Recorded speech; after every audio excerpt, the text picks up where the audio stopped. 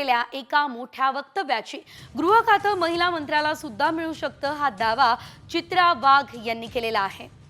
तर चित्रा वाघ यांचं हे जे विधान आहे ते अतिशय मोठं आणि चर्चित असणारं विधान आहे, कारण चित्रा वाघ यांनी थेट गृह खातं एका महिला नेत्याला मिळू शकतं असे संकेत दिलेले आहे। याआधी आपण बघितलेलं होतं गृह खात्यावरून कलह हा महायुतीमध्ये बघायला मिळाला होता।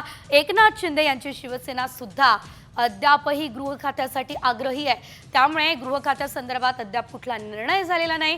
मात्र गृह खातं महिला मंत्र्यालाही मिळू शकतं असं चित्रा वाघ म्हणतात। तर चित्रा वाघ यांच्यासोबत बातचीत आमच्या प्रतिनिधी वैदेही गाणेकर यांनी केली, पाहूयात।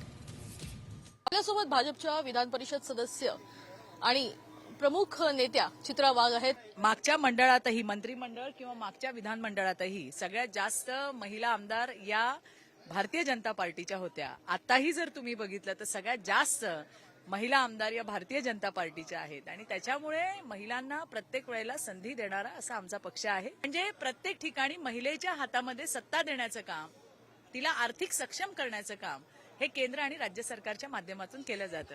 बरेच महिने हे खातं मंगलप्रभातजी लोढांकडे होतं, त्यावेळेला टीकेची झोड उठवली होती की अरे मंगलप्रभातजींकडे महिला बाल विकास खातं आहे। पुरुषांनाही कळावं महिलांचे प्रश्न काय असतात, त्यासाठीच ते प्रोव्हिजन होतं आणि लोढाजींनी सुद्धा हे खातं चांगल्या पद्धतीने सांभाळलं।